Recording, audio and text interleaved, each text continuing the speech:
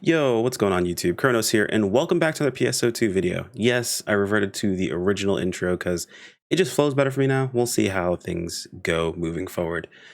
So today's video, we're going to be going over an article that popped up over, or I guess that was tweeted out by the New Genesis team. It looks like it was an interview done with our Lord and Savior Hiro, talking about the update that's coming in Redum. But before we jump into that, guys, if you're new to the channel, I'm Chrono. I do content covering primarily PSO2. Would much appreciate a subscribe as we work our way towards big number, basically get bigger. Also, yeah, hold on for a sec. Anyway, let's jump into this. So at first I was actually really concerned because I clicked on this and I was like, oh no, it's not Google auto translating. Also, I'm sorry about the flashbang. There doesn't seem to be a dark mode on this site. But if you guys do open this up for yourselves, you want to read through it on your own or read along with us, there's a button right here for translated to English version. So thank God. All right, here we go. I don't know how good this translation is. This is my first time reading through it. So we're reading through it together. So PSO2 New Genesis, NGS, which has garnered attention from both domestically and globally, released a major update, Sandstorm Requiem, at the end of 2021. We sat down with NGS official navigator Hiro Arai to find out, I'm probably mispronouncing that, I apologize, to find out the latest on player feedback from the dev team and more. The first half of the interview, we focus on players' reactions to the major update, Sandstorm Requiem. All right, what do we got? So Requiem, Redum region received high praise from players. It's a mixed bag. It's been about half a year since the game launched. Looking back, how has it been? This was the first time for the series to take on. Am I reading this weird? This was the first time for the series to take. Probably it's just translate awkward. But this is the first time for the series to take on the challenge of an open field game. But we are very happy that so many players joined us at launch and had fun with a new PSO2 experience. So we believe that it went well. Mixed bag. It went okay. It was fun. Don't get me wrong, but combat mostly carried that. On the other hand, we've had to reflect on the insufficient content and infrequent updates that resulted in the changes in our development process made to accommodate the open field setting. Taking that into consideration, we're adjusting our plans so that we can consistently release content between major updates in 2022. So we will hopefully be able to meet everyone's expectations.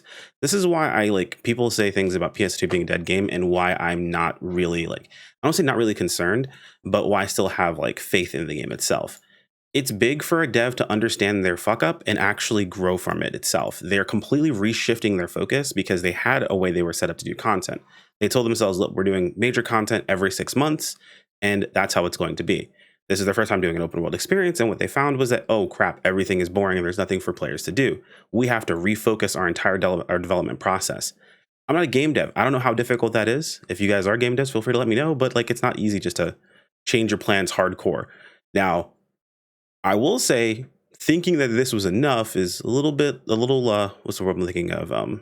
Short-sighted, but we'll move on to that as we move forward.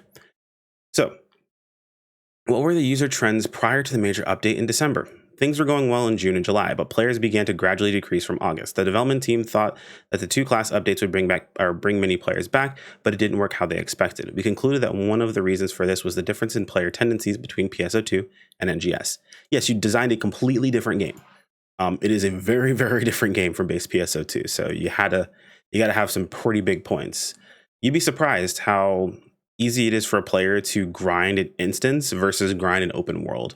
When there's a start and a finish, it's not as hard, at least for me personally, to grind something when there's no end to something. It feels much more vast and empty.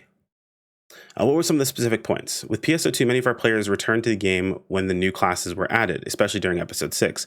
On the other hand, many of the new players starting NGS played only 2 or 3 classes. So to me, this was mostly because it was substantially easier to level things back in base PSO2 because of all the buffs and all the added things that we had. I would argue if this happened back in base PSO2 early on, players tend to play a lot less classes. It was easier to level later on, so it was easier to play more classes and get them all capped out. I did. Let's see.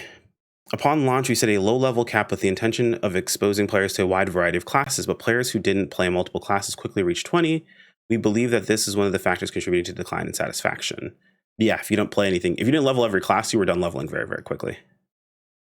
Burger was released in August and Bouncer in October. This is a bit off topic, but what is the age range of your users? It's a bit younger than with PSO2. In addition to returning players from PSO2, there's been a sharp increase with the younger generation in their teens and 20s. Oh, that's cool. Have there been any changes in player tendencies or popularities of AC scratches since the renewal?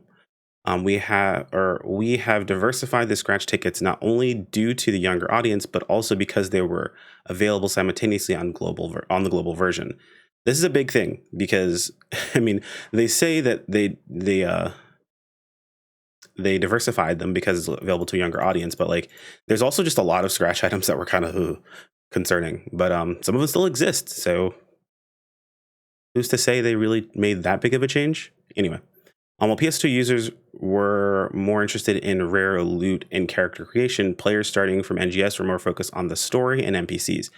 Yes, I think that's been a major shift in games in general, and I think Final Fantasy XIV has a big part to play in that, where you can have a good MMO and you can also have a good story, and it makes players invested in the actual game itself. So, were there any other different trends you noticed? There was a rapid increase in the number of people who didn't look at the official website or Twitter and only check NGS headline streams. This is especially true for global version users. For this reason, we sometimes inform players of content that has already been announced elsewhere during NGS headlines as well.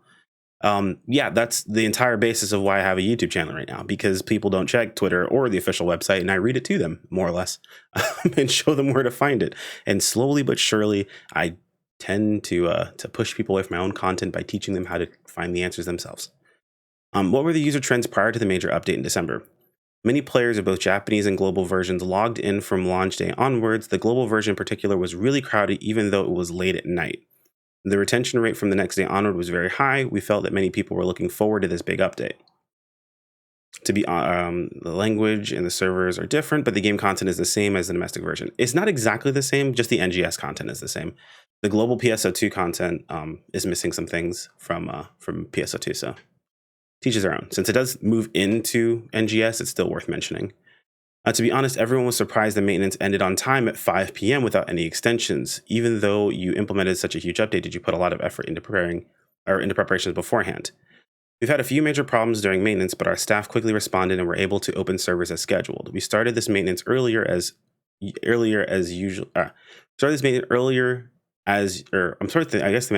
usual as a precaution, but we always do our best to prepare in advance, even for regular scheduled maintenance. However, unexpected problems can occur and at any time, can occur at any time, and sometimes things can go wrong. Yeah, we were all surprised servers came up on time. Myself, most definitely. What was the most well-received part of the major update? There have been a wide variety of reactions, some enjoying the storyline, others focusing on Redham region aesthetic and the strange creatures inhabiting the fields. But overall, the response has been positive. I feel the improvements and reinforcements of shortcomings of the Isle region were highly accepted. I agree. A lot of things that were shortcomings in Ileo, the changes have been really, really nice. But there still needs more. I felt that it was easier to find higher ground than in Ileo region, or I felt that it was easier to find higher ground than in the Ileo region, and there were plenty of elements that made me want to explore. We released part of the results from players' survey during the PS2 NGS broadcast at the end of the year. The most important common request was for more open field play. The development team had also felt the open field could be utilized in a better way and was changing the placement of containers and updrafters until the last minute. I'm kind of not huge on the open world thing itself. Like, I'm not really big into open world games, but the exploration definitely needs to be important in an open world game, and you can't have an open empty world. So they definitely do have more in Redham, it feels like. Definitely more monsters, a bit more density. Bossing feels better in Redham, actually, in the open world too. But I also had a lot of time to get used to Ileo, like a ton of time. So there's more turn enjoy. Yep, cool. When did you start preparing for this major update? Also, were there any changes made from the original plan based on user response? The development of the Redham team or the Redham region started a few months before NGS launch. However, after seeing the response from players at launch or after the launch, actions were taken to revise content such as the titles, amount of tasks, or such as titles and the amount of tasks. Our team also took into account feedback regarding the lack of enemy variety in the Isle region and made adjustments, including an increase in total enemies, and took extra care with enemy spawn points. This I actually did feel in Redham quite a bit. I felt that materials were concentrated in certain areas where there are adjustments made to this as well. Yes, I too felt that gathering materials had become much more accessible when I went into the game to play it myself. Yeah, just you go to certain areas to get certain pieces of materials, and it's not as spread out as it was in Ileo, so that does feel pretty good. At least that was my experience. Some people have different opinions on the situation itself. I was able to find everything I needed. I think the only material that was kind of annoying was the one that's needed for what is it called? It's for transferring fixes. That's what it was. I can't remember the name of the material, but that one was kind of annoying to find. Players are unable to access the Redum region until they've completed Chapter 1 of the story. What percentage of active players have made it to Redum? And only a few days after the update, many users have made it to Redum. This includes both new and returning players, so it's quite a high percentage.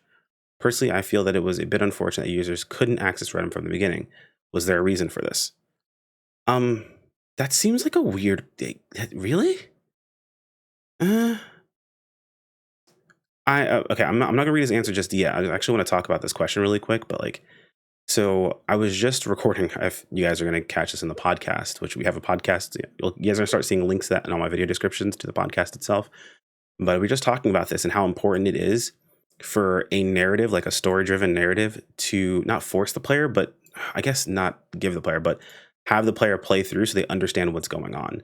Um, if you were to go into the Redum region immediately, it would kind of break that sort of pathway. So, and realistically, there's no reason for you to be in Redum if you're not high enough level and gone through the story. So it just seems like this is a bit silly, but we'll have to see. NGS is all about adventure. We decided that we want to create a setting where the player could experience the story and enjoy the world. Also, the Alio region has somewhat of a tutorial aspect to it. So if you have to complete it, or have to complete the first chapter to move on, so you have to complete the first chapter to move on. However, it will be difficult for new players to catch up as large updates get released, so we will have to discuss some sort of mitigation measures at some point. This is actually amazing. The fact that they even have the forethought here, a lot of games don't. Actually, 14 was one of the games that didn't. They had a huge amount of quests you had to go through between the end of the 2.x series, which was A Realm Reborn, and the start of 3.x, which was Heaven's Word. And that was seen as like the time that most players quit the game. Like they just straight up could not make it all the way through because there was like 100 hours of quests or something crazy like that. So the fact that this is like being thought of right now already is that's good on the dev team. So that's cool. I'm glad they have that in mind. You can get enhanced Evil Code series and armor from tasks. What was the intention behind this? Similar to the previous answer, we want to gradually ease the process for new players to catch up when new regions are released. We've also prepared tasks as part of this process. That's good. They have a basis because Evil Code was arguably the second strongest weapon series, arguably of course, but was the second strongest weapon series that we had available in Ileo, so that's pretty cool. The main feature of the major update was the new field and the Redum region. Please tell us again about the characteristics of this field. Redum region's biggest feature was its vast desert. The desert itself is a landscape of sand dunes, rocky terrains, canyons, and the other natural features that make up most of the visuals and actions of NGS. I feel the rocky terrain and placement of items most makes it feel like a natural jungle gym. Okay. Is this still an interview? Like, are there still questions here? And that's right. At the same time, we've also added active sonar targeting settings and thought of other ways to make it even more enjoyable to explore other than the Ileo region. For example, stellar fragments are a type of gathering item with a different method for collecting than we've ever had before. These are like cool-ish, but I feel they put too much into stock on the stellar fragments being like amazing or whatever. Like it's interesting, but that's about it. And I show off the active sonar. Okay, cool. How much more of this is there? Let's see. Ooh, there's a good chunk. We're gonna have got a bit of a long video today, friends. A little bit of a longer video. Let's do this. All right. There are areas in the field where music from past title plays. What was the reason for setting this up? This is cool. So I'm not going to totally spoil this for you, but there's certain points in Redum that if you go to the area, you'll hear music from previous games, and it's really, really cool to listen to. So I would recommend seeing if you can find those zones or those areas and check them out. When I asked the developers about it, they said they wanted players to have fun looking for places in the wide open field where the background music changes. Here's an example from the Ileo region. Hang on. I don't know if I want to give this away. Okay. I'm going to read this out. This is from the Ileo region. It's fine. So here's an example from the Isla region on the summit of Mount. I'm not going to say that. The main theme from NGS is played, and on another lower summit, the main theme from PSO2 is played. This was meant to be a throwback to PSO2. They took care to select the songs that fit the situation. For example, you won't be able to listen to the Ilio Town theme after advancing the story. Hang on, you won't be able to listen to Ilio Town theme after advancing the story, but you can listen to select songs in related places to look back. Wait a second. Did he give away a story spoiler? Am I reading too much into this? They took care to select songs that fit the situation. For example, you won't be able to listen to the Ilio Town theme after advancing the story. I don't usually have music turned on after I finish the story, so I never really noticed this, but if that's a thing, like, is he saying the current theme is going to go away or the theme early on went away? Ilio Town. Oh, I'm thinking of the beginning. Okay, for some reason I'm thinking of Ilio Town as Central City. Never mind. I'm dumb. But you can listen to select songs in related places to look back. He's talking about the tutorial zone when you first start. That gets blown off the map. Please let us know if there are any places or gimmicks that you would like us to pay attention to in the Redum region. One would be Redum City. Redum City is the base for arcs in the Redum region. Has a very different visual appearance from Central City due to cultural differences. We hope that you will experience the city as a stage for your new adventures. I feel like that's a play on words, but all right. There are also areas with terrain that make the most of the desert theme, so I hope you will make full use of the active sonar settings to explore them all. We kind of memed about the active sonar, but the active sonar is not that bad. It's actually pretty nice, and I found a lot more red chests than I ever would have found before. Like, I still haven't actually gotten all of mine, and I probably will grab a guide to get them all eventually, but I find them pretty well with the active sonar settings. Please tell us about highlights of the second chapter of the story. As referenced by the title Sandstorm Requiem, a song is the key to the story in Chapter 2. The scene where the song is played in the story is one of the highlights, so be sure to keep progressing through the story. The song is actually pretty dope, so yeah, super, super cool. Now, this is about content that hasn't been released yet, but how big is the side story of Chapter 2? The story focuses on Nadareth, and the volume is about the same as the side story in the first chapter. That's a bit disappointing because there wasn't much to the side story in the first chapter. Interesting. The Relic series is on par with Psycho Wand? What? Oh, Nadareth is a new character. Chapter 2. Yeah. Okay. Interesting. What is this about? How do the players respond to the new urgent quests? Dustal Vieira Suppression Op has been well received thanks to flashy, wild guitar performances. As for Renus Vieira Suppression Op, it has one of the biggest enemies in NGS, and as players have said, it's challenging and fun. I actually do like the two urgent quests that we got. They're actually pretty fun to do. I imagine that Renus Vieira would be similar to Barlotos from PSO2. It was completely different when I actually went in and played it. It is very, very different. Like as far as bosses go. Though I would have liked not similar to Barlotos, but like the similar scene being on top of like a platform and things like that. I think that would be pretty cool. That's right. The worm-like design of the boss enemies has been very traditional in the series since PSO2, or since PSO. Dayrole appearing in a cave, but in past titles. Oh, dude, he referenced Dayrole, dude. Let's go. Okay, let's try this over because I read this poorly, but that's right. The worm-like design of boss enemies has been a tradition in the series since PSO. But in past titles, most of the time it was like riding on a raft and going straight ahead. See, I liked this. This was cool though. And Jesse wanted to make it move properly and and this is how it turned out. It was developed as a giant boss to replace Big Varder from PSO2. Interesting. So our Renus Vieira was kind of like the replacement of a giant boss because Big Varder was a big boy. He was a very, very big boss that you jumped on top of and fought in base PSO2. I liked the raft, but I understand where they were going with to make it so like the worm had more movement, like actual like proper movement. I think you'd still do that around the raft, but since the game is more open world, you have movement tech and things like that, you should be able to use it in the fight. So I agree with the choice they went with. I don't know. I would have liked another raft fight. It was fun. Maybe I'm just old. The new urgent quests have a high hurdle requiring the player's battle power beat 1682 or higher. How many users were able to meet the requirements to participate on the first day? Most users weren't able to participate on release day. However, by the second or third day, most players who made it to Redum were able to join in. this isn't that hard to hit. It was mostly the leveling process, and we didn't really understand the leveling process at the time. Plus, our first day started. Oh God, it was like in the middle of the morning. So for a lot of us on the global side, we were able to participate the first day because most of us were leveled up. I mean, if you were level 30 something, you were basically going to have enough battle power to get into the urgent. So I think the lowest level I've been to get into the urgent was level 29, 28, and that was with my gear that I already had upgraded, and then just a what's the weapon called? One of the elemental weapons. So not too bad. Do you have any advice for those who are not been able to participate in urgent quests about how to increase their battle power?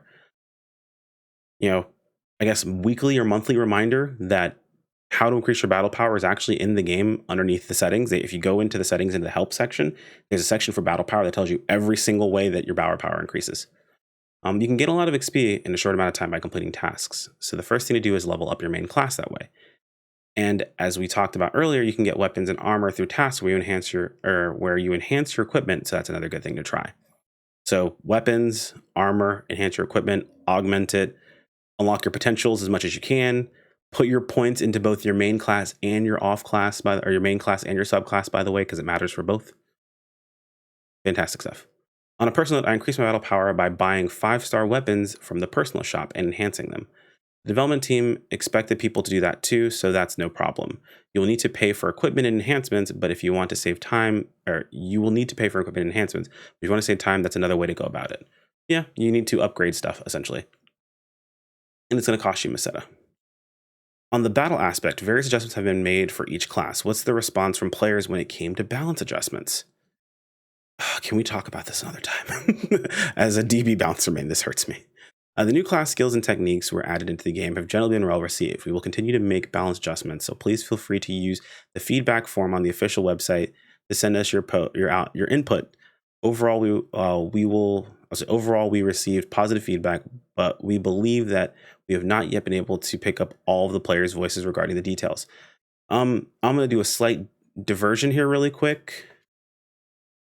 NGS.PSO2.com. This was brought to my... Oh, the site changed. This is actually like not... This isn't me like... what is it? This isn't a fake reaction. I forgot the site was changing yesterday. But I want to see if it's here now. Hold on. Unity. No. No, no, no, and no. Is there a forum? Maybe I'm missing it. Security, known issues. Here's support info, maybe. Announcements? No? Okay. So there's no forum yet. There used to be a thing up here when you clicked on forums that said not available yet. Maybe I'm not seeing it. You guys can let me know in the video description or in the comments below if there is a forum and I'm just missing it. Maybe it's only on the JP site. Who knows? Among the weapons that were implemented, there was the Hidden Relic series that didn't have any information released beforehand. Why did you implement it this way? And also, did you expect users to find them so quickly? Since NGS launch, people have been asking for rare things to hunt for. And in response for this, we implemented unique looking weapons that are not part of a series, cannot be made into multi-weapons. Although they have different appearances, we made them into the Relic series. Regarding user discovery of the weapons, we expected them to talk about it from the day it was released. However, I was surprised at how quickly the discussion spread to combining weapons and potentials using multi-weapons. Yeah, this is a big thing because this is the first series that had weapons that had different potentials amongst them. So you kind of cherry pick the better potential into a multi-weapon. So this was actually really, really big. Haven't been able to get one myself yet. Lol. Well, you know, buy it. They didn't give me a specific number, but they said they have a lower probability compared to the other 5-star weapons. Yeah, they do. Is it about the same as the Psycho Wand at the time it was implemented in PSO2? In terms of scarcity, not probably. It's probably on par with, or wait, hold on. In terms of scarcity, not probably. Not probability? Oh, in terms of scarcity, not probability, it's probably on par with the Psycho Wand. Oh, for drop rate, that's probably... So the bigger thing, though, is in base PSO2, when you got a Psycho Wand, you couldn't sell it. That's why, like, people actually have relics. The fact that you can sell them means more people, when they get them, they're of more use. It also means it's more beneficial to grind for them. because if you happen to get one, you can sell it and make a lot of money.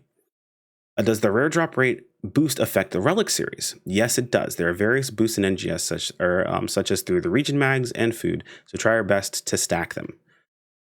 Get your relics, boys. All right, and that's all we have for this interview. It's just some interesting information. It's not a lot like going on with newer stuff, but we did get to hear about the next chapter of Side Quest, which I'm a little disappointed it's going to be about the same as last time, because last time it wasn't very long, but at the same time, I'm also greedy and I just want more story in general. I feel like they could definitely push out more story across the update itself, even if they were not to give us the entire story, like from the very beginning. If they were to give us like pieces as we go along, I feel like it'd be a little bit better as long as there's more of it. I feel like that would be probably the coolest thing ever. Like, imagine if we had the Redem story that we got, but they pieced it out, and then after we got the last portion of the story, there was a concert, like, you know, the next week or whatever. That would be really, really cool, I think. But that's just me rambling. Also, new site, so this is cool. I didn't even realize they updated this. Anyway, guys, thanks for watching. As always, feel free to toss any sort of thoughts you guys might have into the comment section below, and I have been trying to get better about reading those, so see on my case about that, guys. Hopefully I am not super bad. Anyway, like if you enjoyed the video, subscribe if you want to keep up with more, and I'll see you all next time. Take care. Peace out.